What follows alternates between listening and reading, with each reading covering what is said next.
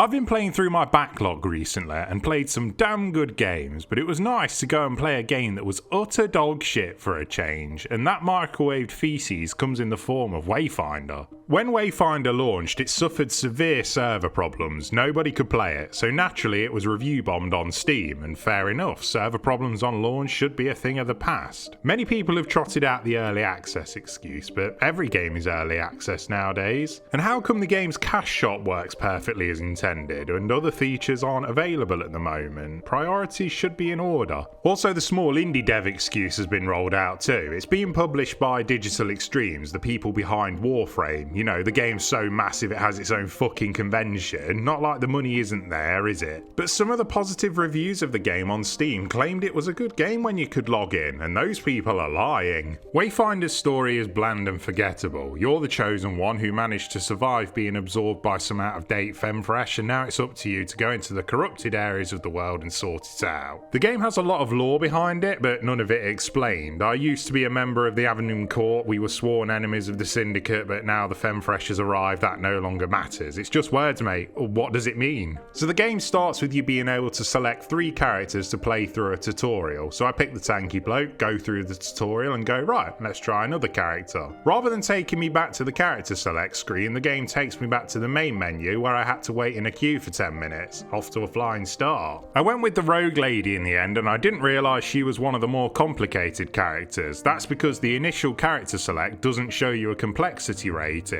The place where you can craft new characters later on does. Maybe it's intentional so you get your wallet out to buy a new one or grind a massive amount to unlock it. Maybe not though, might just be a small oversight. Anyway, at its heart, Wayfinder is a dungeon crawler MMO, and it's competent enough I suppose, but it does nothing new, and the things it does do are just done better in other games in its genre. The combat is action based, you know, light and heavy attacks, 4 abilities and an ultimate. Will say the 3 characters I played in the tutorial did all feel very distinct, since there is both melee and ranged combat. The combat is absolute toilet though. Most of the enemies just stand there whilst you batter them. It feels clunky as well, with really bad hit detection, no sense of impact or reaction when you hit an enemy, and really dodgy latency issues that have enemies teleport around and hit you with melee attacks from stupid distances. The game's dungeons are randomly generated. Now you know what that means, they are all fundamentally the same, with copy-pasted rooms being in a different order. Visually there is a distinct look to a lot of them, but they all feel the same. There is an overworld to the game that reflects more traditional MMOs. Exploring it is worthwhile as there are many crafting resources to collect, and there are side quests knocking about as well, which are crap. Kill X amount of wanks and come back, you know the drill, and one of the game's side quests almost made me stop playing altogether. So I went into a dungeon, found a bloke who wanted me to kill his traitor friend. Right, okay, so I finished the dungeon without finding him. Turns out I was meant to use an item that alters the properties of the dungeon, but how was I meant to do that mid-run? So I ran the dungeon again and used the item to modify it. This did nothing to the dungeon's layout, by the way, just slapped poison puddles everywhere, making it 10 times more annoying to traverse. Anyway, found the bloke, killed him, went back to the quest giver, got my stuff, then he asked me to run the dungeon again with a different modifier to kill his other mate.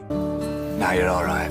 You can upgrade your character in different ways, from their weapons and accessories to their abilities and affinities. There are about 1,000 different crafting and upgrade materials to keep track of mine, so it's confusing. Again, is this on purpose, so you just say fuck it and buy a weapon or character with cash? Speaking of the cash shop, it's as scummy as you can get. With the Founders Pack, you get 500 premium currency, which is not enough to get anything interesting. And I've seen many items that cost 1,150 currency. Guess how much you get in packs? 1,100. So you have to buy the larger pack. They did say Wayfinder's microtransactions would be a fun twist on Warframes. This was a lie. How do you make a fun twist on microtransactions? Fun for the shareholders, maybe? The game's an MMO, fine, but there's like 6 characters you can play, so you're going to be seeing lots of clones of yourself knocking about. Should have just had a standard character creator. Visually I do like the game's style, the animations look really smooth and the colours pop very nicely. It does have performance problems though on the PS5. Now I can't tell whether these are latency issues or frame rate dips. If I had to put money on it, I reckon latency.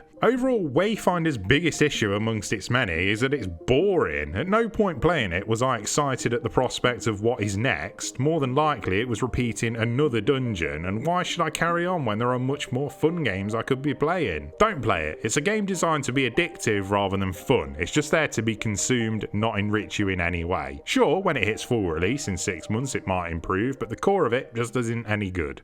I'm such a mess, I'm lost, I'm no good at this. I'm in love, still in love, still in love with you. Hard as I try, I can't even drink this pain away.